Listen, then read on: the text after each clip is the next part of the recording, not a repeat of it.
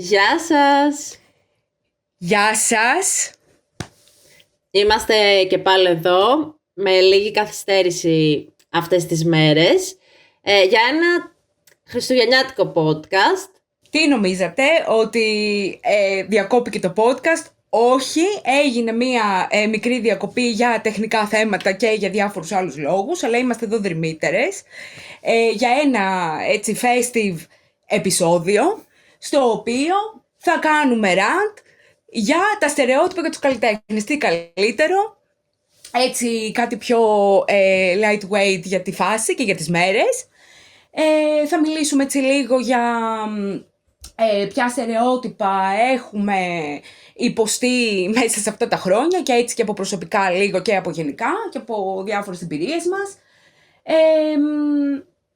Και γενικότερα τι είναι όλα αυτά που πιστεύονται ανά τα χρόνια και δυστυχώς επιβιώνουν και μέχρι σήμερα για τους καλλιτέχνες. Και φυσικά από τι θα ξεκινούσαμε, από τι άλλο θα ξεκινούσαμε εκτός από το πόσο φτωχός μπορεί να είσαι για να είσαι καλλιτέχνης. Ραφαέλα, δεν ξέρω αν κάνεις relate. Ναι, γιατί πρέπει να μας λυπάται κάποιος για να πάρει το έργο μας. Πρέπει να είμαστε ένας καλλιτέχνης, ειδικά εικαστικοί. Πρέπει να μην έχουν να φάνε για να μπορούν να εμπνευστούν, για να μπορούν να βγάλουν αυτό το πόνο στο έργο, και για να νιώθουν και οι άλλοι καλύτερα, για να δώσουν αυτό το χι ποσό για να πάρουν κάτι που εντάξει μπορεί και να μην τους χρησιμεύει τόσο πολύ. Κάτι τέτοια δεν λένε? Ναι, και για μένα πρέπει να είσαι γενικότερα φτωχός για να μπορείς να έχεις και αρκετή κατάθλιψη, για να μπορείς να είσαι και αρκετά βασανισμένος, για να μπορείς να δημιουργείς έργα. Διότι άμα δεν είσαι βασανισμένος και άμα δεν είσαι τεθλιμμένος, δεν μπορείς να κάνεις αυθεντικό έργο θαρό. Είναι ένα θέμα αυτό με το brand του καταραμένου καλλιτέχνη, που θέλω να κάνω μια υποσημείωση σε αυτό τώρα, γιατί όλα αυτά τα στερεότυπα ξέρουμε όλοι ότι δημιουργούνται, φτάνουν να είναι αναλυθεί, αλλά εντάξει, δημιουργούνται και από ένα πολύ μικρό σημείο αλήθειας. Okay. Χρειάζεται, καμιά φορά καταλαβαίνουμε ότι ρε παιδί μου, για να αυξήσεις ενσυναίσθηση ή να μπορέσεις να δημιουργήσεις για κάποια πράγματα που μπορεί να είναι κοινωνικά, μπορεί να είναι προσωπικά ή οτιδήποτε, ναι, θα πρέπει να έχεις, ας το πούμε, κάπως κάποιες εμπειρίες. Οι οποίες, εντάξει, μέσα στις εμπειρίες της ζωής είναι και επίπονες, είναι και χαρούμενες, είναι μία γκάμα. Αλλά το θέμα είναι ότι είναι μία γκάμα, δεν είναι μόνο αυτό. Γιατί αν βυθιστείς στην κατάθλιψη, όλοι ξέρουμε πάρα πολύ καλά ότι σε συνάρτηση κιόλας με την οικονομική δυσφορία, δεν μπορείς να παράξεις έργο. Εγώ τουλάχιστον από προσωπική άποψη αυτό έχω διαπιστώσει. Γιατί όλες τις φορές που ήμουν σε πάρα πολύ μεγάλο στρες για να μπορέσω να επιβιώσω οικονομικά, δεν μπορούσα να έχω καμία έμπνευση, ρε φίλε, δεν είχα καμία ασφάλεια. Φαντάζομαι και εσύ θα το έχεις βιώσει αυτό και σίγουρα και όσοι μας ακούνε. Ναι ρε εσύ, γιατί σε πιάνει μια αναβλητικότητα μετά από το άγχος, γιατί τα σκέφτεσαι όλα μαζί, δεν σκέφτεσαι μόνο το με τι θα ασχοληθείς και τι θα δημιουργήσεις, σκέφτεσαι και τι θα φας, γιατί θα πιείς και που θα μείνεις και 1000 άλλα, οπότε είναι πολύ λογικό να μην είναι μια συνθήκη τέλος πάντων που να μπορεί να αναπτυχθεί ένας καλλιτέχνης. Άρα όταν λέμε καλλιτέχνης, επαγγελματίας, δεν ισούται με φτωχό, ισούται με έναν άνθρωπο που ξεκινάει πιθανά με λίγα χρήματα και εξελίσσεται με περισσότερα. Μπορεί να ξεκινάει βέβαια και με πολλά χρήματα, γιατί υπάρχει το στερεότυπο ότι για να γίνεις καλλιτέχνης πρέπει να είσαι από πλούσια, ας πούμε, οικογένεια. Να το πω έτσι, ανεφίστατο το πλούσιος, δεν νομίζω ότι είναι σωστή λέξη. Από εύπορη οικογένεια.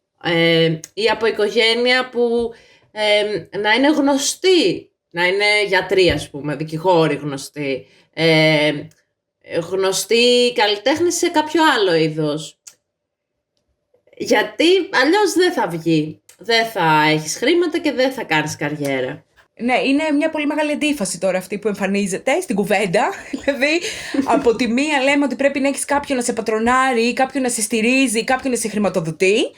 Και είναι μια κοινή αποδεκτή κατάσταση. Και από την άλλη θέλουμε να είμαστε και μέσα στην κατήφια και το κοινωνικό περιθώριο, ας πούμε, για να μπορούμε να είμαστε παραγωγικοί. Εντάξει, πολύ επιφανειακό και χαζό μου ακούγεται ήδη, έτσι όπως το συζητάμε. Ναι, δεν έχει κάποιο νόημα. Εγώ θα πω μπράβο σε όποιον έχει οικονομική στήριξη για να αισθάνεται κάποιος ασφαλής να λειτουργεί. Μακάρι να είχαν όλοι, είτε να ήταν κρατικό, είτε να ήταν υποτροφίες, είτε να ήταν κάποια δομή οικογενειακή ή οτιδήποτε που θα μπορούσε να τους βοηθήσει. Εγώ είμαι full on σε αυτό. Πιστεύω ότι οτιδήποτε συμβαίνει μέσα σε μια κατάσταση ασφάλειας και όχι φτωχοποίησης, σίγουρα ό,τι κι αν ήταν, όχι μόνο καλλιτέχνης, οποιοδήποτε άνθρωπος θα μπορούσε να ανθίσει καλύτερα και να δημιουργήσει. Οπότε το αφήνουμε αυτό, νομίζω το κλείνουμε εδώ πέρα γιατί είναι πάρα πολύ αυτονόητο. Και μιας και είπαμε επάγγελμα, να τη ρίξω την πάσα τώρα αυτή για το θέμα του κατά πόσο επαγγελματίας μπορείς να είσαι όντας και καλλιτέχνης ταυτόχρονα. Θέλω να πω κάτι. Για πες. Πάνω σε αυτό. Όχι. Πάνω σε αυτό θεωρώ ότι είναι γελίο. Το βλέπουμε γελίο. Γιατί η κοινωνία, ρε παιδί μου, το κάνει γελίο. Γιατί από τη μία σου λέει το έργο, το καλλιτεχνικό έργο είναι κληρονομιά και άρα χρειαζόμαστε τους καλλιτέχνες. Και απ' την άλλη, όταν έρχεται η ώρα να πληρώ, ζητάει πολλές φορές, τώρα μιλάμε για κοινωνικούς θεσμούς, για κρατικούς θεσμούς, δεν μιλάμε μόνο για έναν ιδιώτη, μπορεί να ζητήσει από έναν καλλιτέχνη να αγοράσει το έργο του είτε δωρεάν, είτε με ένα πολύ μικρό αντίτιμο και να σου πει αλλά εγώ θα το διαφημίσω. Γιατί θα μπει εκεί, θα μπει στο μετρό. Θα το βλέπουν όλοι. Αχ ναι, τώρα τι είπες για αυτό το exposure, το φοβερό. Το είχα ξεχάσει. Ήθελα να το ξεχάσω αυτό το exposure, που είναι η πληρωμή σου, το exposure, αυτό το υπέροχο που κάνεις και απλά σε βλέπουν και θα έπρεπε να είσαι ευγνώμων που σε βλέπουν και τι άλλο να θέλεις πια σε αυτή τη ζωή, γιατί εσύ τι θες να κάνεις, αυτό που αγαπάς. Αυτό θες να κάνεις αυτή τη ζωή και δεν πειράζει, ας μην πληρωθείς, ας κάτσεις να κάνεις υπερορίες, ας τα κάνεις μόνος σου, ας μην τα πληρώσει κανένας, ας μην τα αγοράσει, να μην τα θέλει, να μην θέλει τα και πολύ ακριβά, γιατί εντάξει τώρα δεν είναι και το πιο χρήσιμο πράγμα στον κόσμο, αλλά πάνω απ' όλα η τέχνη είναι που σώζει την ανθρωπότητα. Αυτό το καταλάβαμε και στην καραντίνα με όλα αυτά τα memes τότε που πήγαιναν και ερχόντουσαν, δεν ξέρω αν τα θυμάσαι, με τις δηλώσεις κόλαφο που καλά κάνανε οι άνθρωποι, γιατί εντάξει ήταν πολύ ταιριαστό τότε και ήταν μια πολύ καλή στιγμή που φαινόταν, ρε παιδί μου, ότι η απουσία τέχνης εκείνη τη στιγμή του εγκλεισμού ήταν κάτι τρομερό, γιατί έτσι τη βγάζαμε όλοι. Οποιοδήποτε είδος τέχνης, μουσική, video games, ξέρω εγώ, YouTubers, content creators, όλοι οι άνθρωποι που κάνανε κάτι δημιουργικό, ήταν που, εντάξει, μας είχαν κάνει να τη βγάλουμε μέσα στην καραντίνα. Οπότε εκεί φάνηκε. Ήταν μια καλή στιγμή που φάνηκε η αναγκαιότητα, ρε παιδί μου, του τι είναι να είσαι άνθρωπος και πόσο σημαντικό είναι να είσαι δημιουργικός. Αλλά ναι, κατά τα άλλα, exposure. Εντάξει. Δεν είναι σαν αυτό το στερεότυπο. Δεν είναι σαν αυτό το στερεότυπο με τους άντρες που λένε ότι αυτή τη θεωρώ όμορφη και τη θέλω για ερωμένη, αλλά αυτή δεν τη θεωρώ τόσο όμορφη, άρα είναι ακίνδυνη και θέλω να την παντρευτώ. Δεν είναι σαν αυτό. Ότι... ναι, είναι η γυναίκα μου. Ναι, full. Ότι ρε παιδί μου, σε θέλω καλλιτέχνη, αλλά τόσο όσο, επειδή θα μου φέρεις κάτι ρε παιδί μου και διασκεδαστικό και όμορφο και ωφέλιμο και τα λοιπά, αλλά όχι για πολύ, γιατί εντάξει. Πόσο πια να δώσω κι εγώ. Ναι, έτσι είναι ακριβώς. Σαν να είναι η τέχνη και οι καλλιτέχνες. Και πάνω σε αυτό... σαν να είναι η τέχνη και οι καλλιτέχνες. Ναι, πες. Σε ένα... πώς να το πω, ένα παιχνίδι χειραγώγησης. Είναι πολύ περίεργο το ψυχολογικό, έτσι όπως μου φαίνεται, σαν να είναι η κοινωνία νάρκισσος και η τέχνη και οι καλλιτέχνες να έχουν κάποια εξάρτηση, ξέρεις, κάποιο σύμπλεγμα εξαρτητικό. Ναι, είναι πολύ accurate αυτό που λες, δεν το έχω σκεφτεί ποτέ έτσι, αλλά έχεις δίκιο. Ναι. Έχουμε πολλές δουλειές γενικά σε αυτή τη ζωή, δηλαδή ώρες λέω γιατί δεν μπορούσα να είμαι απλά, δεν ξέρω, ψαράς, τι να σου πω, κάτι πάρα πολύ mundane και common σε σχέση με το πόσες απαιτήσεις έχει όλο αυτό, γιατί ρε φίλε, είναι πραγματικά σαν να είσαι, νομίζω αυτό το λέγαμε κιόλας άλλη μια φορά, σαν να είσαι δίγαμος, δηλαδή λες από εδώ είναι η φυσιολογική μου ζωή που την κάνω για να βγάλω λεφτά και από την άλλη είναι η δημιουργική μου ζωή που πρέπει να κλωνοποιηθώ για να μπορέσω να αποδώσω και στις δύο ζωές και να μην πλεχτεί η μία με την άλλη και να έχω και το καλύτερο δυνατό αποτέλεσμα και από τις δύο πλευρές. Εγώ κάπως έτσι το έχω στο μυαλό μου. Αυτή είναι παλεύουμε γενικότερα. Δηλαδή δεν είναι πάρα πολύ εύκολο και όταν έχετε από πάνω και αυτό, όλες αυτές οι μαλακίες με τα πόσο θα πληρωθείς και μην πληρωθείς και έλα τώρα να κάνουμε την έκθεση και μη θες και πολλά και είσαι ακόμα στην αρχή και πάρε το exposure. Εκεί πέρα ρε φίλε, εντάξει, σπάς πάρα πολύ άσχημα. Δηλαδή δεν είναι... Από ένα σημείο και μετά είναι τρομερά annoying και εξουθενωτικό. Δηλαδή έχεις απλά έναν άνθρωπο σε burnout, ο οποίος τείνει εν τέλει πάρα πολύ πιο εύκολα να το παρατήσει, αλλά νομίζω ότι είναι καλό κάτι τέτοιες στιγμές να κάνουμε λίγο, να εκτονωνόμαστε τύπου έτσι όπως εκτονωνόμαστε κι εμείς και να συνεχίζουμε σε γενικές γραμμές.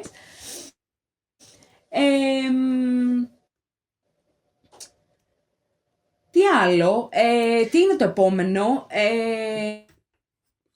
νομίζω το έχουμε αφήσει στο θέμα επαγγέλματος, στο expertise. Γενικά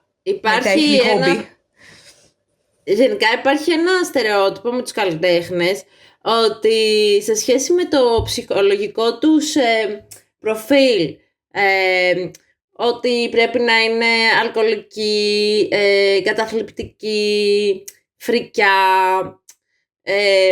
και άλλα τέτοια, τα οποία θυμάμαι όταν πρώτο είχα ξεκινήσει τέλος πάντων στη σχολή και είχα ξεκινήσει και τις εκθέσεις, το άκουγα πάρα πολύ συχνά ότι εντάξει, τώρα εσείς καλλιτεχνίτες είσαστε φρικιά, είστε αναρχικοί, δηλαδή βάζανε και μια πολιτική, κομματική χρειά και ταμπέλα στον καλλιτέχνη ή στο σπουδαστή της τέχνης, το οποίο ήταν γελίο επίσης. Ναι, και εμένα να σου πω την αλήθεια, αυτό που με πείραζε πιο πολύ ήταν κάτι που μου είχε περάσει και σε μένα. Δηλαδή το έβλεπα σιγά σιγά, γιατί το έχω βιώσει πάρα πολύ στη σχολή αυτό. Πένιγε σιγά σιγά και σε μένα μια επικριτικότητα ως προς τους ανθρώπους που δεν είχαν κάτι ιδιαίτερο. Δηλαδή, επειδή συνέβαινε και από καθηγητές, αυτό και ήταν τραγικό, όπου έβλεπες ότι εντάξει, τώρα άμα εσύ δεν ήσουν σαν περσόνα, ρε παιδί μου, δεν έπιθες, με την εξωτερική σου εμφάνιση, με τον τρόπο που κινιώσουν μέσα σε ένα χώρο, με ό,τι και αν έκανες, δεν έπιθες ότι κάνεις έργο. Δηλαδή, για να κάνεις έργο έπρεπε και εγώ δεν ξέρω να είσαι κάπως, που αυτό το κάπως είναι τελείως απροσδιόριστο. Έχει δημιουργηθεί ένας χαρακτήρας καλικατούρα, ας πούμε, όπως έχει δημιουργηθεί για όλους τους ανθρώπους που έχουν ταμπελοποιηθεί κατά καιρούς. Και εσύ τώρα, άμα δεν το υπηρετούσες, έπρεπε πάλι να αισθανθείς χάλια για τον εαυτό σου και να πεις ότι, οκ, τώρα εγώ τι είμαι. Ένας απλός άνθρωπος, δεν μπορώ να κάνω τίποτα άλλο, γιατί φοράω, ας πούμε, ένα απλό μπλουζάκι και ένα απλό παντελόνι και έχω το μαλλί μου κότσο και τι σκατά τώρα κάνω εδώ. Θα έπρεπε να φοράω και εγώ δεν ξέρω τι.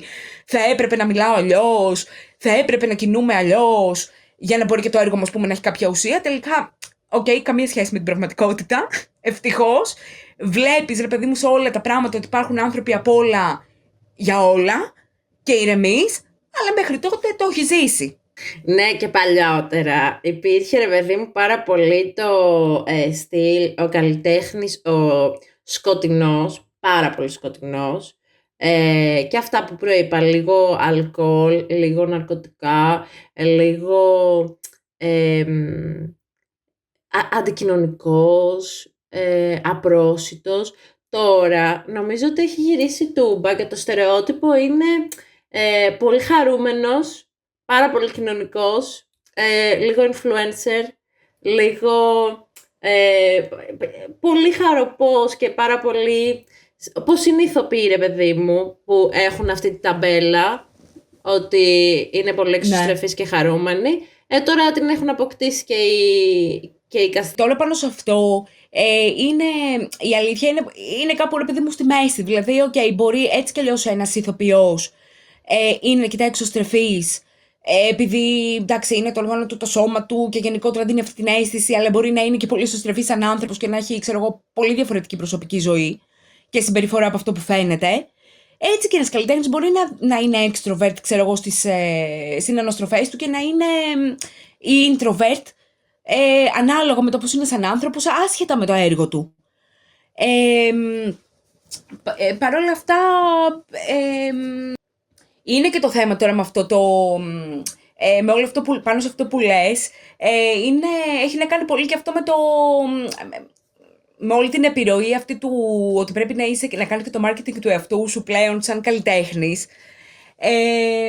Πρέπει να δείχνεις και λίγο μία εικόνα του ότι είσαι πιο extrovert, ότι είσαι, ρε παιδί μου, δικτυωμένος, ότι είσαι, ξέρω εγώ, πολύ προς τα έξω στον κόσμο, ότι δείχνεις πάρα πολύ τον εαυτό σου, βλογκάρεις,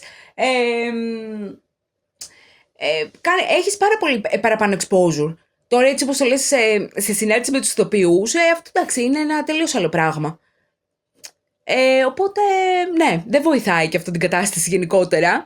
Και σου βάζει και μία παραπάνω δουλειά, η αλήθεια είναι. Που το έχουμε θίξει νομίζω και σε προηγούμενα podcast αυτό πάρα πολύ. Ναι, υπάρχει και το στερεότυπο, ρε παιδί μου, ότι ο καλλιτέχνης, αν δεν είσαι διάσημος, αν δεν είσαι γνωστός, και στο τώρα, ας πούμε, που υπάρχει το social media, αν δεν είσαι influencer, αν δεν έχεις πάνω από, ξέρω εγώ, οι εικαστικοί τώρα να έχουν πάνω από 15-20 χιλιάδες followers είναι ψιλοδύσκολο στην Ελλάδα, αλλά να έχεις, ρε παιδί μου, αρκετούς followers, εντάξει, δεν είσαι επαγγελματίας εικαστικός. Καλά, ναι, εντάξει, τώρα νομίζω ότι καταραίει γενικότερα μαζί με το Instagram όλο αυτό, συνολικά και με τις πλατφόρμες. Δεν ξέρω πώς ανακτάται. Υπάρχει μεγάλο πρόβλημα πλέον και στους ανθρώπους που είχαν πάρα πολλά views και πάρα πολλούς followers. Οπότε χαίρομαι από τη μία που καταραίει και αυτό, με αυτή την συνολικά όλο μαζί. Γιατί προφανώς δεν ισχύει καθόλου. Θα έπρεπε να είσαι σίγουρα άνετος να κάνεις τη δουλειά σου όπως θες, από που θες, χωρίς να υπάρχει αυτό. Επόμενο, τι άλλο? Εγώ χαίρομαι που σ' ακούω να λες ότι καταραίει αυτό με το Instagram, γιατί προσωπικά δεν το βλέπω. Εγώ βλέπω ότι ακόμη, ρε παιδί μου, συντηρείται αυτό. Και είναι ένα στερεότυπο το οποίο κάπως το συντηρούμε και εμείς από πλευράς μας. Λέμε, ωραία, θα φτάσω 7.000-10.000 followers και μετά θα πηγαίνω στις γκαλερί και θα λέω, ξέρετε ποιος είμαι εγώ, δείτε το προφίλ μου. Καλά, ισχύει αυτό όμως. Νομίζω πως γιατί ναι, σε έναν βαθμό. Τι να πω, εσύ, εντάξει, εγώ πιστεύω ότι άμα δεν έχεις όλη τη δουλειά και άμα δεν έχεις μια δουλειά η οποία είναι και σίγουρα κάτι πάρα πολύ πέρα και πάνω από τους followers σου και ότι μπορείς να έχεις στήσει σε ένα Instagram που είναι και πολύ curated όπως θέλεις, δεν έχει να λέει αυτό για την γκαλερί. Δηλαδή, ξέρουμε πολύ καλά ότι κάποιος που έχει μια πορεία εξαρτάται από πάρα πολλά πράγματα, αλλά εντάξει, είναι ένα αποτέλεσμα το Instagram, δεν νομίζω ότι είναι το βασικό. Άρα για μένα κακός. Πραγματικά σίγουρα δεν έχει φτάσει στο σημείο να καταρρεύσει εντελώς, αλλά με όλη αυτή τη δυσλειτουργία νομίζω ότι έρχεται σε μια φάση που πια αρχίζει και καταρρέει σιγά σιγά και σταθερά, αλλά φεύγει λίγο από το προσκήνιο, γιατί βλέπουμε και πια πως επιστρέφουμε στο να κάνουμε και πιο παραδοσιακά πράγματα, ας πούμε, για να μπορέσουμε να δείξουμε τη δουλειά μας, και αυτό για μένα είναι καλό. Δηλαδή σε βάζει και λίγο να κάτσεις να ασχοληθείς και πιο ουσιαστικά με το τι κάνεις και όχι με το τι δείχνεις. Εντάξει, να μην το ανοίξουμε τώρα αυτό, γιατί το έχουμε συζητήσει νομίζω πάρα πολλές φορές πιο αναλυτικά, αλλά είναι ένα θέμα. Δεν είναι ότι έχει φύγει, ισχύει αυτό. Υπάρχει και καλό είναι σιγά σιγά να φεύγει και τελείως. Μακάρι. Ναι, θα φύγει πιστεύω. Θα φύγει. Όπως έφυγε και όλο αυτό με τους digital artists, το οποίο ακόμα υπάρχει. Αλλά ήταν και αυτό ένα θέμα. Δηλαδή, Ποιο? θυμάσαι τώρα. Αυτό που όταν είχες αρχίσει, ρε παιδί μου, φεύγαμε από το traditional και είχε έρθει μεγάλη τότε άλλη επανάσταση του Photoshop και των digital καλλιτεχνών ή των άλλων καλλιτεχνών που κάνανε πιο γραφιστικά πράγματα. Σε κάποια φάση ξαναήρθε λίγο και η χαρακτική σε μια άλλη μορφή. Άρχισαν αρχικά να τρώνε πάρα πολύ κράξιμο που δεν ήταν traditional καλλιτέχνες, δεν κάναμε τα χεράκια τους, δεν κάναμε τη γραφίδα. Άρα τι κάνανε, ας πούμε. Και ήταν που ήταν και αυτοί, τώρα έχει έρθει και το AI και έχουν απογίνει. Δηλαδή είναι σε ένα middle point που ακόμα δεν προλάβανε να πάρουν ακόμα. Να πάρουμε, δώσ' και τον εαυτό μου μέσα, γιατί έχω κάνει πάρα πολύ digital. Δεν προλάβαμε να πάρουμε το approved της τέχνης, το κάνουμε τέχνη καλά, το χρήσμα. Και πάνω εκεί που είχαμε φτάσει στο παρατρία, είχε και το AI και αποτελειώθηκε το θέμα του πόσο τα νέα μέσα επεμβαίνουν στην τέχνη. Και τώρα, εντάξει, δεν ξέρω, από τη μία μπορεί να κάνει κανένα καλό αυτό και να έχουμε και λίγο επιστροφή και σε κάποια άλλα πράγματα. Αλλά εντάξει, κρίμα ήτανε. Δεν ήταν τόσο πολύ γόνιμο αυτό το πράγμα που γινόταν γενικότερα. Η ίδια τέχνη ήταν, δεν έχει κάτι πάρα πολύ διαφορετικό. Τις ίδιες εργατόρες, ας πούμε, έχω αφιερώσει κι εγώ και εσύ και ποιος άλλος έχει κάνει digital για να το φτάσει εκεί που το έχει φτάσει. Καλά, δεν ξέρω αν το έχω ξαναπεί αυτό, είτε εδώ στο podcast, είτε σε σένα ίσως το έχω αναφέρει. Έχω τσακωθεί εγώ για το εξής ζήτημα, ότι τσακωνόμουν με μία τύπισσα που έκανε πρακτική στη σχολή, γραφίστρια, γιατί λέω, βρήκα μια αγγελία που ζητάνε εικονογράφο και λέω να στείλω και πετάγεται και λέει, οι εικονογράφοι κανονικά είναι οι γραφίστες, δεν είναι οι ζωγράφοι. Και την κοιτούσα και της λέω, τώρα αυτά που λες. Και είχα πει τώρα σε ένα debate, δεν θα αναλύσω το debate, αλλά αυτά τα κουτάκια και στερεοτυπικά θεματάκια νομίζω ότι δεν θα φύγουν ποτέ, γιατί τότε το 2013 μια γραφίστρια μου έλεγε εμένα μια ζωγράφα αυτό και εγώ σαν ζωγράφα της έλεγα το ανάποδο. Στο σήμερα ένας digital artist θα λέει σε κάποιον άλλον που θα κάνει AI art ότι δεν είναι, που δεν είναι άμα κάνεις AI, αλλά τέλος πάντων. Και θα πηγαίνει όλο αυτό κάπως έτσι. Και δεν θα έχει τελειωμό. Τι να πω, εντάξει, εγώ τι να σου πω, όσο ζω ελπίζω ότι μπορεί κάποια στιγμή να αρχίσει και αυτό το πράγμα να υποχωρεί. Βέβαια, εντάξει, στο δικό μου μυαλό όλα μπορούν να συνυπάρχουν, άμα τα κάνεις καλά και ενδιαφέρεσαι για αυτό το πράγμα που κάνεις έτσι κάπως πιο πολύπλευρα. Έχω δει πάρα πολύ ωραία έργα που έχουν αυτή τη γραφιστική κατεύθυνση. Έχω δει εικονογραφήσεις να γίνονται από εικαστικούς εξαιρετικές. Έχω δει εικονογραφήσεις να γίνονται από αρχιτέκτονες εξαιρετικές. Δεν ξέρω. Είναι λίγο, ίσως, τα βλέπω λίγο πιο πολύ, ρε παιδί μου, εκτός από όλο αυτό για να μπω στη διαδικασία να τα συγκρίνω. Μακάρι για μένα να το βλέπω και ο υπόλοιπος κόσμος έτσι. Γιατί σε πάει και πίσω. Δηλαδή, εμένα με έχει πάει πίσω αυτό το πράγμα κατά καιρούς με το να λέω εντάξει τώρα θα κάνεις εικονογράφηση, θα έπρεπε να κάνεις κάτι άλλο, τι είσαι τελικά, είσαι εικονογράφος, είσαι σύγχρονος εικαστικός, είσαι χαράκτης, είσαι τι είσαι. Δηλαδή είναι ένα πράγμα που λίγο και σένα σε μπερδεύει, ενώ είναι και είναι πραγματιστής, ξέρω εγώ.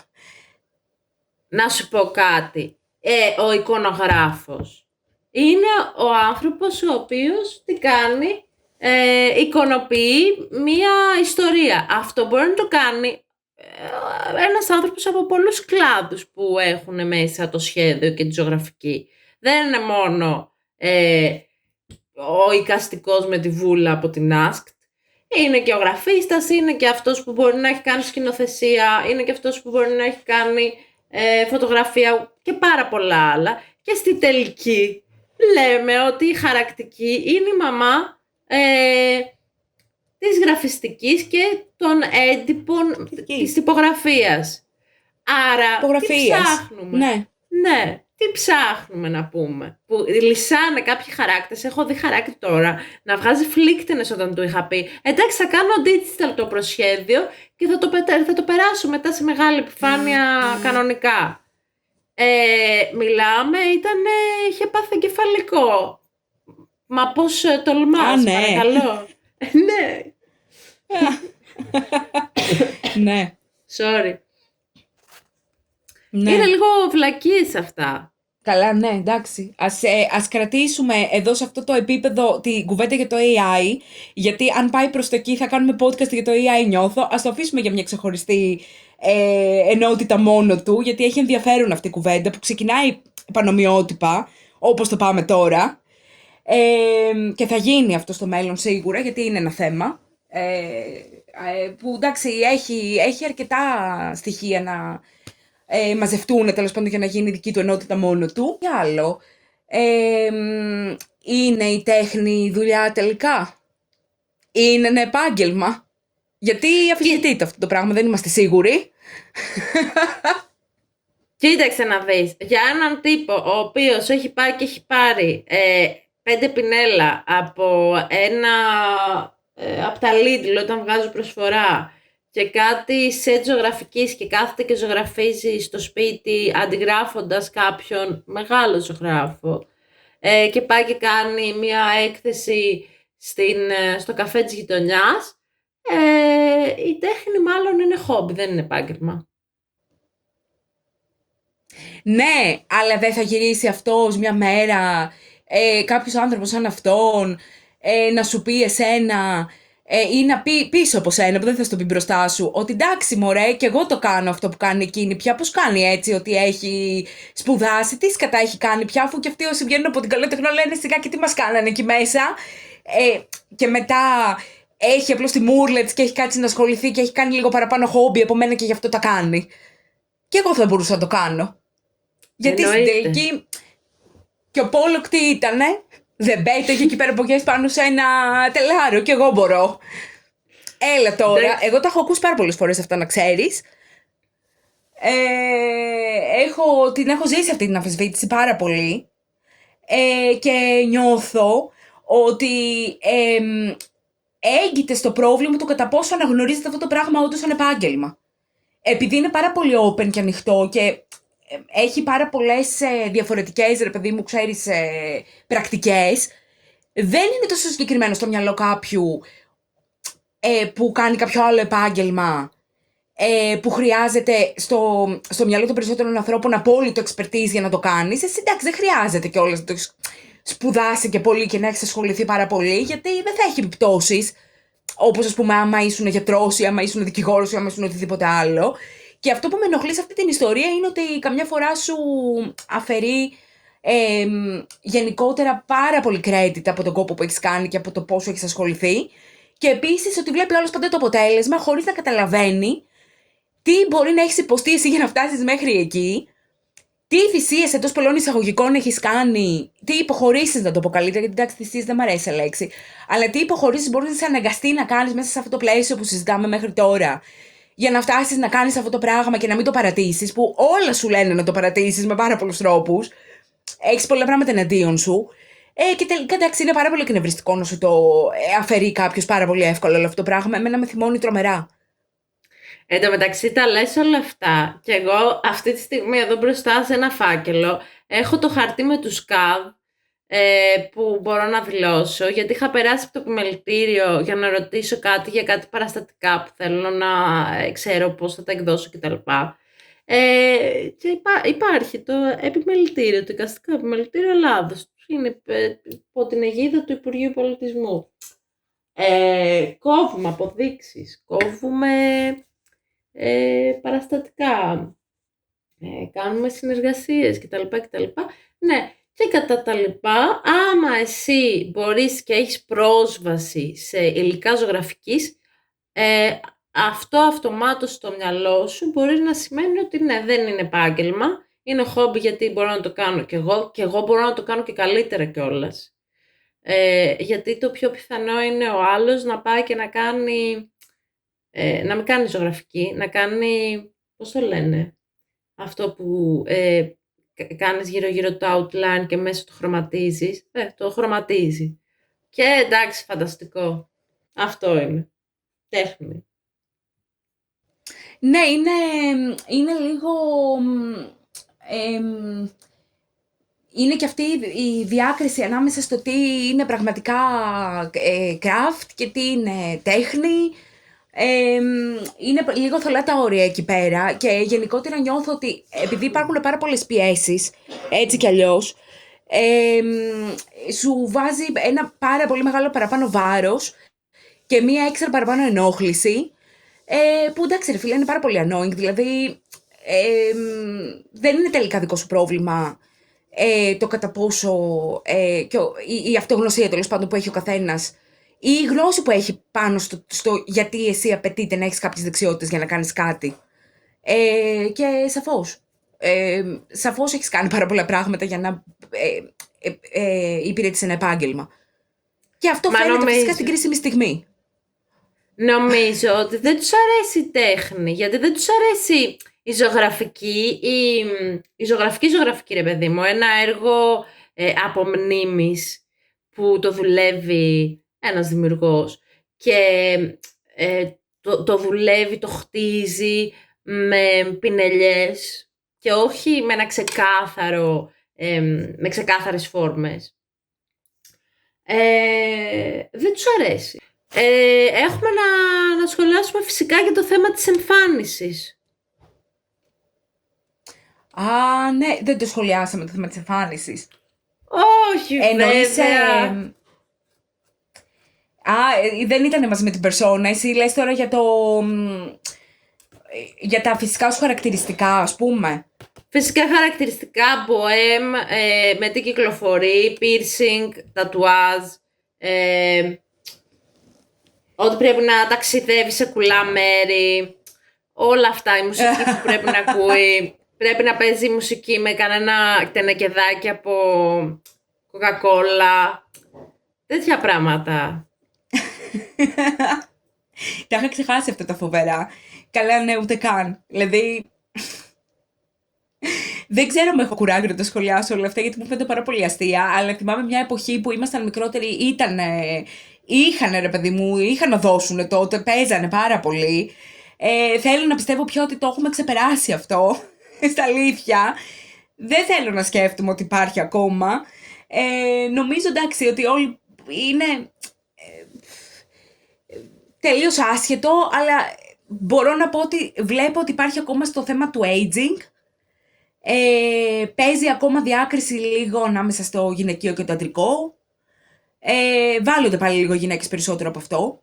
Είναι και η εμφάνισή τους που κρίνεται περισσότερο έτσι κι αλλιώς. Οπότε νομίζω ότι κρίνεται και μέσα σε αυτό το πλαίσιο του τύπου ίσως και να είσαι πολύ μεγάλη για να κάνεις τέχνη. Αυτό το έχω βιώσει, ας πούμε, πολύ έντονα στη σχολή. Και ενώ ξέρουν πολύ ότι ήταν μια σχολή όπου είχαμε ανθρώπους από όλα τα φύλλα, όλων των ηλικιών, όλοι οι άντρες που ήταν μεσήλικες, ας πούμε, στη σχολή ήταν ok. Και έχω ακούσει για γυναίκα, ας πούμε, η οποία ήταν, ξέρω εγώ, στα 40 της ή στα 40 πλάς της, να αποκαλείται, ξέρω εγώ, μεγαλοκοπέλα και τι θέλει να κάνει εδώ πέρα και γιατί δεν πάει τώρα να κάνει τίποτα άλλο στη ζωή της. Πράγμα το οποίο, εντάξει, ήταν πάρα πολύ disappointing. Αλλά αυτό δυστυχώς υπάρχει. Δηλαδή τα άλλα μου φαίνονται λίγο πιο χαζά. Αυτό μου φαίνεται λίγο πιο σοβαρό, γιατί δεν το βλέπω να έχει φύγει. Και είναι κρίμα. Αλλά ναι. Πολύ εκνευριστικό, θα έλεγα. Και εμένα το πιο εκνευριστικό, πέρα από αυτό που και εγώ το έχω βιώσει, στο καλωσόρισμα κιόλας, καλώς ήρθατε. Εντάξει, εσείς τώρα είστε μικρά, αλλά δεν θα κάνετε καριέρα γιατί θα κάνετε οικογένεια και παιδιά. Λες και μας ήξερε. Δεν θα πω ποιος. Πέρα από αυτό, που επίσης και στο σήμερα πάρα πολύ συχνά με ρωτάνε αφού δεν έκανες ακόμα ατομική, πώς και δεν έχεις κάνει παιδιά? Άρα άμα δεν έχεις κάνει ατομική, σημαίνει ότι έχεις κάνει οικογένεια. Δεν σημαίνει κάτι ενδιάμεσο, ότι ταξιδεύεις στον κόσμο ή ότι δουλεύεις, κάνεις άλλα πράγματα, βγάζεις χρήματα κτλ. Πρέπει να είναι από τα δύο. Πέρα από αυτό, εγώ πιστεύω ότι υπάρχει ακόμη αυτό το στερεότυπο ότι ο καλλιτέχνης ή η καλλιτέχνηδα πρέπει να έχουν ένα χαρακτηριστικό ή πολλά χαρακτηριστικά τα οποία να έχουν έτσι μια ιδιομορφία. Π.χ. να έχουν στραβισμό, να έχουν περίεργη μύτη, αυτιά, μαλλιά, ύψος, κάτι σωματικό. Πρέπει κάτι να μην είναι αρμονικό, να έχει μια δυσαρμονία για να έχει ενδιαφέρον και για να μην μπορούν να το ταυτίσουν με το ότι ρε παιδί μου, αν κάποιος είναι όμορφος θα σου πει όμορφος, κοινωνικά όμορφος. Τι λέει η κοινωνία όμορφο? Θα σου πει καλά, γιατί πήγες και γίνεις καστικός που δεν θα σε δει κανένας, ακόμη και αν γίνεις διάσημος και δεν πας να γίνεις ηθοποιός για να σε βλέπουν όλοι και να ξέρεις, να γίνεις πιο γρήγορα. Μήπως και αυτό έρχεται και λίγο όμως από την αίσθηση του ότι οι άνθρωποι που μπαίνανε στη διαδικασία να κάνουν τέχνη που ήταν κάτι πιο αντισυμβατικό από τα εντός πολλών εισαγωγικών συμβατικά επαγγέλματα, έπρεπε να έχουν περάσει κάποια πράγματα στο περιθώριο, έπρεπε κάπως οι ίδιοι να έχουν φάει τη διαφοροποίηση για να μπορέσουν να μεταφέρουν και κάτι. Δηλαδή πάει και λίγο πάλι στο κομμάτι του ταλαιπωρημένου ανθρώπου ψυχολογικά και έρχεται και δένει όλο αυτό πάλι μαζί. Γιατί για τα υπόλοιπα, εντάξει, μπορώ να το καταλάβω. Μπορώ να καταλάβω, ας πούμε, για μια γυναίκα αυτό που λέμε. Ότι, εσύ κατά βάση ο ρόλος σου είναι πολύ πιο κοντά και αφιερωμένος στο να κάνεις παιδιά και οικογένεια. Οι άντρες μπορούν να έχουν και οικογένεια και να κάνουν και την τέχνη τους, γιατί εντάξει, εσύ πας λίγο από δίπλα supportive στοιχείο. Ήταν θαύμα που έκανες τέχνη, αν την έκανες. Μαζί πάει και αυτό το έλα να κάνουμε τη χειροτεχνία, το κέντημα και το όλο αυτό, γιατί αυτά ή την χαρακτική, το ψηφιδωτό, γιατί όλα αυτά είναι χειροτεχνίες, είναι γυναικεία και όλες αυτές οι μπουρδες, για να μην πω κάτι χειρότερο. Τώρα αυτό με την εμφάνιση δεν ξέρω τι λες εσύ, δεν ξέρω από πού προέρχεται ακριβώς. Μπορεί να έχει κι αυτό ένα... Μπορώ να το πείσω ότι μου κάτι βάλει σε αυτό το πράγμα, δηλαδή να πω ότι... Οκ. Και το θέμα της εμφάνισης δηλαδή. Δεν εννοώ το γυναικείο. Εννοώ αυτό που λες να είσαι κάπως διαφορετικός σου εξωτερικά. Ναι, από την πατριαρχία και από τα δύο. Γιατί και για τους άντρες πρέπει ο καλλιτέχνης να είναι πολύ, ρε παιδί μου, σαν το boys. Αν δεν είναι σαν το boys και είναι κάπως διαφορετικός, δηλαδή αν ο καλλιτέχνης ήταν σαν τον Κώστο το Καραμανλή, που το θυμήθηκα τώρα, αλλά ή σαν τον Mr. Bean, σαν τον Mr. Bean, ωραία, θα ήταν κάπως πιο αποδεκτός σε σύγκριση με το να ήταν σαν τον Καραμανλή. Ο Καραμανλής έχει άλλο φυσικ, πιο διεφθαρμένο. Corporate, μπράβο. Ναι. Πιο διεφθαρμένο, δεν είναι τόσο αυτό το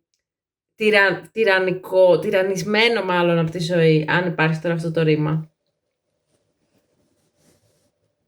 Ναι, θα μπορούσε βέβαια να σαν τον Καραμανλή να είναι καλλιτέχνης, δεν ξέρω. Εμφανισιακά. Ναι, και πάνε λίγο κάποια πράγματα... Ναι, εμφανισιακά, όχι σκέτο εμφανισιακά, ρε παιδί μου, επειδή του αρέσει να φοράει κουστούμια, αλλά θέλω να σου πω... Όχι, δεν μιλάω για το φυσικ, ας πούμε.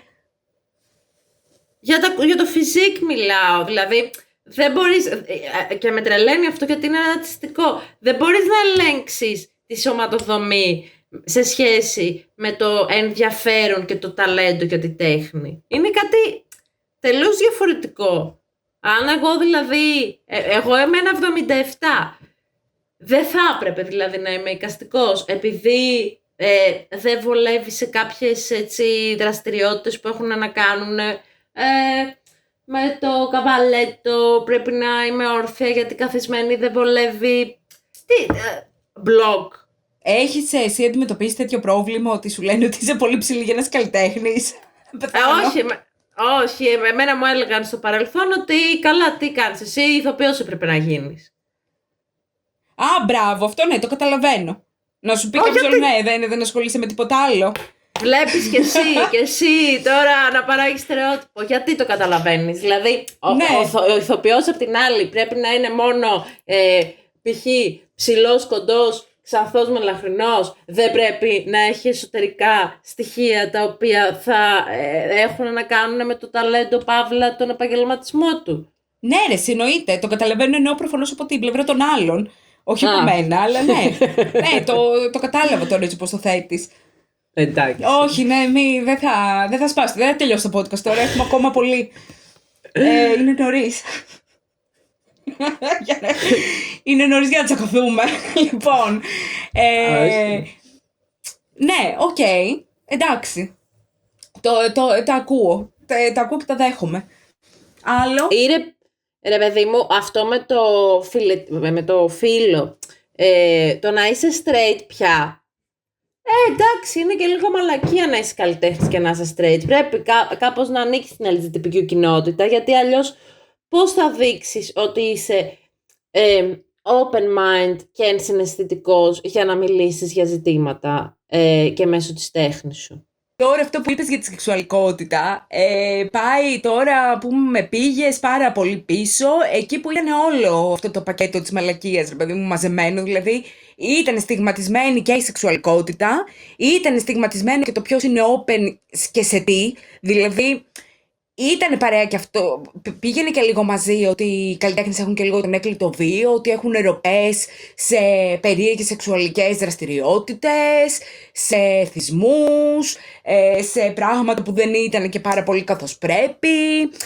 Νομίζω ότι η όποια αλήθεια μπορεί να υπήρχε σε αυτό, στο ότι υπάρχει κάτι πιο, ας πούμε, έχεις περισσότερο θάρρος να μπεις σε πράγματα ή έχεις περισσότερο ενδιαφέρον για τα πράγματα γύρω σου και ισχύει. Αλλά σε καμία περίπτωση αυτό το πράγμα φυσικά δεν μπορεί να κολλάει με το πώς είσαι μες στην όποια σεξουαλικότητά σου. Ούτε θα έπρεπε να χρησιμοποιείται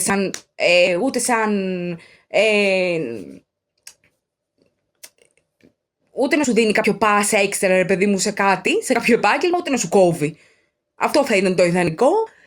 Τώρα δεν ξέρω κατά πόσο έχουμε πάει πια όντως στην εποχή που πάει ανάποδα, αλλά νομίζω ότι ξέρουν πάρα πολύ καλά και όλοι οι άνθρωποι εκεί έξω ότι πάλι για ακόμα μία φορά υπάρχουν όλοι από όλους.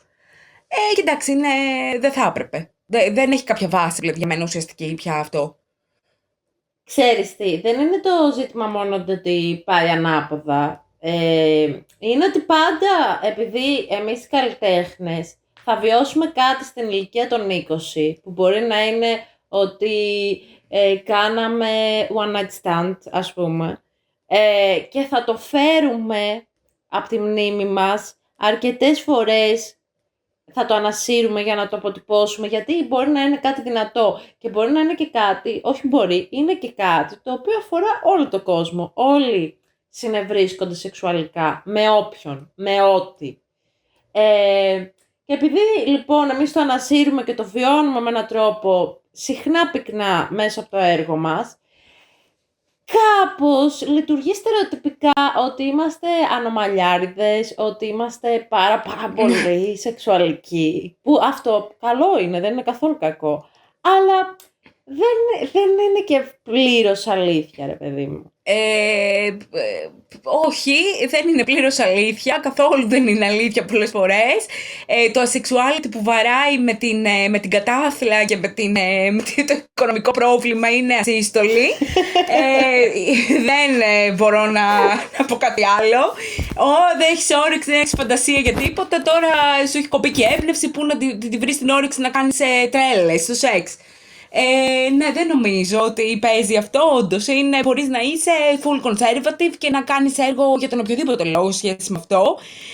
Ξέρουμε πάρα πολύ καλά ότι υπήρχαν άνθρωποι πάρα πολύ καταπιεσμένοι στο real life που έγραψαν πράγματα που ήταν ακριβώς ο τρόπος τους να βγάλουν πράγματα που δεν ζούσαν. Το αντίστροφο επίσης μπορεί να ισχύει, να έχεις μια ζωή που δεν σε αφορά, να σε ειρείς τίποτα ιδιαίτερο από αυτά με αυτόν τον αναμενόμενο τρόπο και να το κάνεις με έναν άλλο τρόπο που δεν έχει να κάνει καθόλου θεματική σου. Καλά, καθόλου δεν είναι ότι ποτέ έχει να κάνει, πάντα έχει να κάνει με τον... όλοι έχουν να κάνουν για μένα με το θάνατο, άρα έχουν να κάνουν και με τον έρωτα, άρα έχουν να κάνουν και με αυτό, αλλά δεν σημαίνει στον και ότι πρέπει να υπάρχει μέσα στις dominant θεματιές σου, ας πούμε, με αυτόν τον τρόπο ξεκάθαρα. Οπότε ναι, νομίζω ότι είναι και... Ναι, λίγο το θέμα της σεξουαλικότητας δεν πάει. Δεν είναι αυτό. Δεν είναι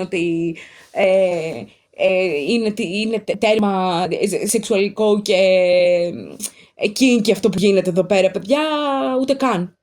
Συγγνώμη που σας φέρνω άσχημα νέα, αλλά δεν παίζει πάντα έτσι η φάση. Μα στη τελική δημιουργούν και αυτά με τα στερεότυπα, δημιουργούν μια εικόνα ρομπότ για τον καλλιτέχνη. Είτε ότι είναι ένα λέση και μισό, αλλά ταυτόχρονα ξέρω εγώ, σεξουαλικοποιείται σαν τα κουνέλια, ή ότι είναι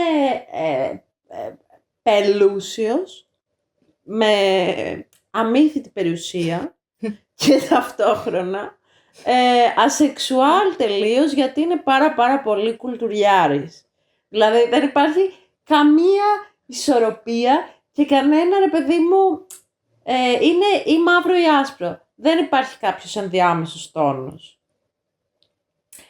Και να πω ότι, ωραία, υπάρχει ένας Νταλή ο οποίος είχε αυτός τα δικά του και έβαζε τη γυναίκα του να σεξουαλικοποιείται μπροστά του, γιατί αυτός δεν ψινότανε, γιατί ο άνθρωπος είχε και αυτός κάποιες ψυχώσεις λίγο παραπάνω από ό,τι το κανονικό. Δεν σημαίνει ότι για να γίνεις γνωστός καλλιτέχνης πρέπει να έχεις τέτοιες ψυχώσεις. Καλά, προφανώς, πολύ σωστό το παράδειγμα. Και εντάξει, είναι ρε φίλε, όπως είναι όλα τα πράγματα, είναι αυτό που λες, και γιατί δεν θα τα στερεότυπα αλλιώς. Δηλαδή, είναι αυτή η ανάγκη που έχουμε όλοι να βάζουμε ταμπέλες για να μπορούμε να ξεκαθαρίσουμε τα πράγματα εύκολα και γρήγορα. Αν το παρατηρήσεις καλά, έχουμε φτιάξει ωραίες καρικατούρες για κάθε είδος ανθρώπου που υπάρχει σε αυτή την κοινωνία για να μπορούμε να τον στοιχειοθετούμε εύκολα και γρήγορα και να τελειώνουμε. Οπότε ναι, γιατί όχι κι εμείς. Εντάξει, τους καλλιτέχνες πάρα πολύ. Απ' τη μία... Τους καλλιτέχνες, συγγνώμη που σε διέκοψα, τους καλλιτέχνες τους έχουν τσακίσει όμως, δηλαδή τόσα στερεότυπα πάνω σε έναν άνθρωπο, σε μια ιδιότητα. Δεν νομίζω ότι υπάρχουν, δηλαδή δεν νομίζω ότι έχουμε βάλει τόσες πολλές ταμπέλες στους γιατρούς ή στους δικηγόρους ή στους δασκάλους. Ναι, αυτοί έχουν από μία ο καθένας, εντάξει, εμείς έχουμε λίγο παραπάνω. Η αλήθεια είναι τώρα, έτσι πως φαίνεται, από αυτή την κουβέντα έχουν βγει αρκετά. Ναι, είναι η πίεση μεγάλη. Είναι η πίεση μεγάλη και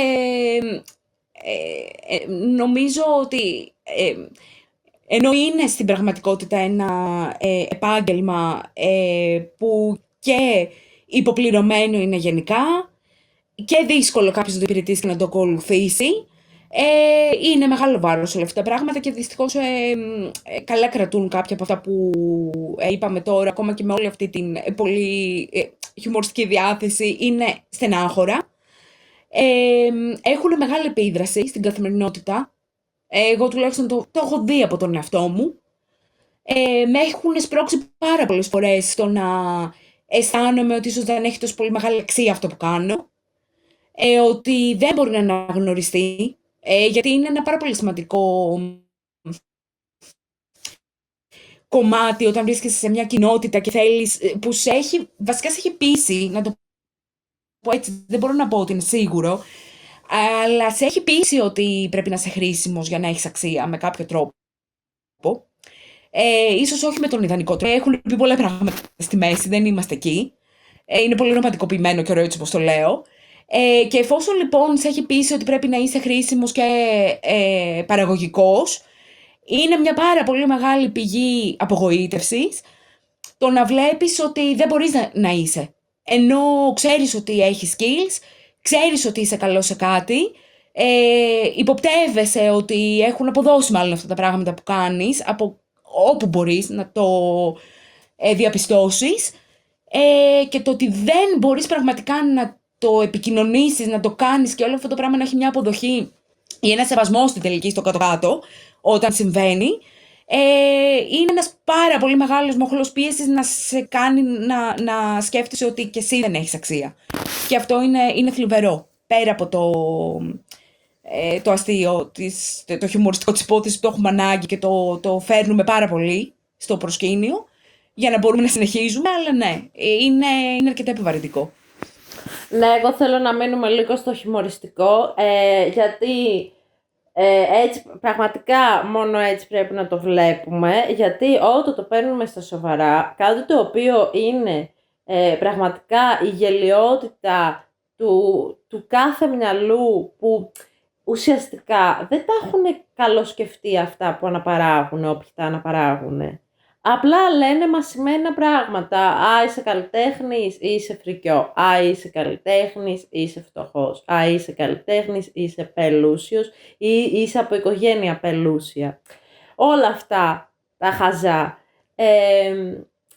Και αν μείνεις στο χιουμοριστικό τουλάχιστον, θα καταλάβεις κιόλας το τι IQ έχει ο άλλος που στο λέει απέναντί σου. Τώρα κοινωνικά, εκεί είναι που είναι δύσκολο να το βλέπεις γελία, αλλά εμείς θέλουμε να μείνουμε στο ανάλαφρο της υπόθεσης, γιατί έχουμε καιρό να τα πούμε, γιατί έρχονται τα Χριστούγεννα, είναι ένα χριστουγεννιάτικο, εορταστικό μάλλον podcast,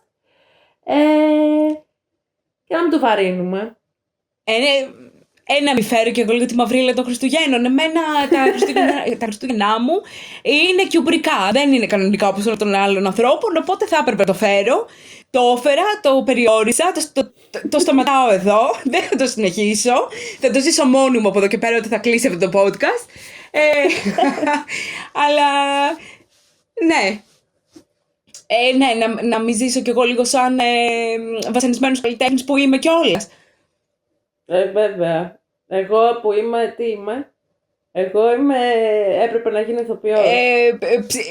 Είσαι ψηλή και Ξανθιά. Είσαι και ξανθιά και δεν κάνεις για αυτή τη δουλειά, Ραφαέλα. Όχι, έπρεπε να γίνω... Εντάξει. Έπρεπε να γίνω Ελένη Μενεγάκη. Δεν θα μπορούσες, θεωρώ, να γίνεις Ελένη Μενεγάκη. Μα τι λες έτσι, αυτό θα έλεγε το στερεότυπο, κατάλαβες? Αυτό είναι. Δεν σου ταιριάζει αυτό.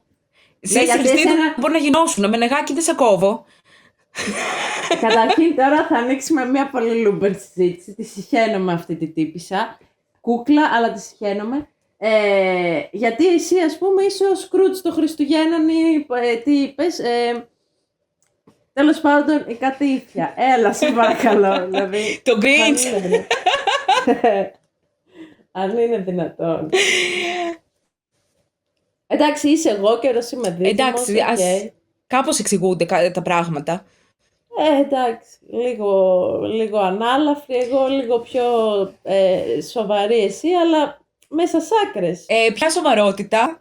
Δεν υπάρχει κάποια σοβαρότητα, θέλω να το πω εδώ, μιας και είμαστε σε εορταστικό επεισόδιο και μοιραζόμαστε πράγματα, δεν υπάρχει καμία σοβαρότητα, παιδιά, μην μασάτε τώρα που με ακούτε και κάνω τίποτα διαλεκτικά έτσι, αυτά στα podcast, είναι όλα κλόουν. Και επίσης θα πω ότι εδώ πέρα είναι μια καλή στιγμή να περάσουμε σήμερα 21 Δεκεμβρίου αυτή τη μεγάλη νύχτα της ψυχής του χειμερινού ηλιοστασίου, να πούμε ότι φυσικά έρχεται σιγά σιγά η μέρα μεγαλώνει και πάμε σιγά σιγά προς τις πιο φωτεινές μέρες. Οπότε τι να πω, ήταν αρκετά αισιόδοξο να κλείσουμε με αυτό, έτσι να το φτιάξω λίγο το προηγούμενο. Ήταν πάρα πολύ αισιόδοξο. Να πούμε ότι σήμερα, ναι, είναι 21 που το γυρνάμε. Εσείς λογικά θα τα ακούτε στις 23-24. Θα δούμε, μας συγχωρείτε πάρα πολύ γι' αυτό. Έχουμε φύγει από τη ρουτίνα μας. Αλλά θα τη ξαναβρούμε. Να πούμε καλά Χριστούγεννα σε όσους μας ακούνε. Ευχαριστούμε για τα subscribes για όποιοι μας κάνανε και όσοι θα μας κάνουνε. Ελπίζω να το πατήσετε και αυτό το κουδουνάκι. Χαρούμενες γιορτές, με αγάπη, δημιουργία και αυθονία θα πω.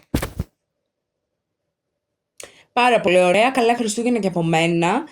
Αν θέλετε, πείτε μας και σε ποιο στερεότυπο έχετε...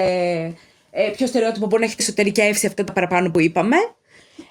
Θέλουμε σίγουρα τα σχόλιά σας. Καλές γιορτές. Να προσέχετε τους εαυτούς σας. Και μέχρι το επόμενο. Και τα λέμε του χρόνου, το 26. Ακριβώς, τα λέμε του χρόνου. Οπότε λέμε και καλή πρωτοχρονιά τώρα. Καλή χρονιά. Και καλή πρωτοχρονιά, ναι, καλή χρονιά. Ελπίζω εγώ ότι θα κάνουμε και πρωτοχρονιάτικο επεισόδιο. Όχι. Καλή πρωτοχρονιά, καλή χρονιά από τώρα λοιπόν. Και τα λέμε με καινούργιο επεισόδιο, καινούργια χρονιά. Φιλιά πολλά. Τα λέμε την πρώτη εβδομάδα του χρόνου. Φιλάκια πολλά πολλά. Γεια!